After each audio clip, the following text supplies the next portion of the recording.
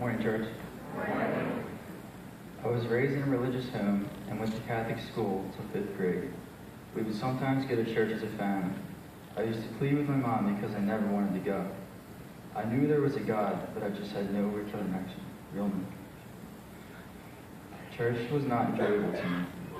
I just went because I had to. In high school, I smoked pot and hung out with the wrong crowd and worried about being cool. Deep down, I felt guilt, but I just kept going. My senior year, I applied for a trade school that I really wanted to go to, and I was declined. I was crushed by this. I thought it was my path for the future, and many of my friends got accepted. At the same time, my family was going through relational struggles. This put me into depression.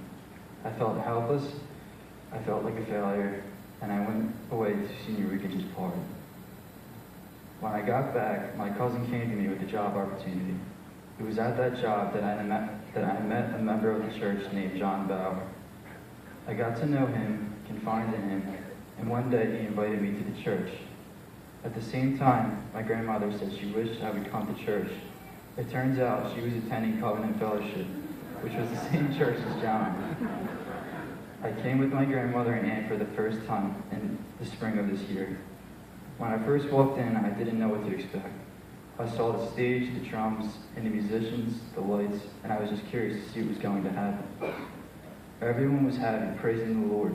This was different for me, but I felt welcomed by all the people around me. I knew I wanted to come back to this church and share in the joy and fellowship that I saw that day.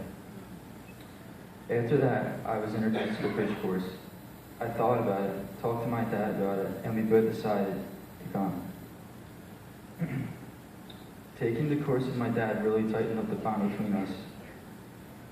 When I first came to Bridge, I didn't know what I was walking into, but the environment was so welcoming that I felt comfortable right away. Each night we would eat together in groups, listen to the talk, and then have a discussion. The messages really connected with me.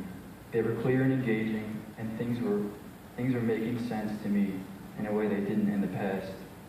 I started to understand who Jesus was and what he did for me, and the discussions were the best. We would dissect the messages. The conversations were really great. There was no pressure, and they helped me a lot.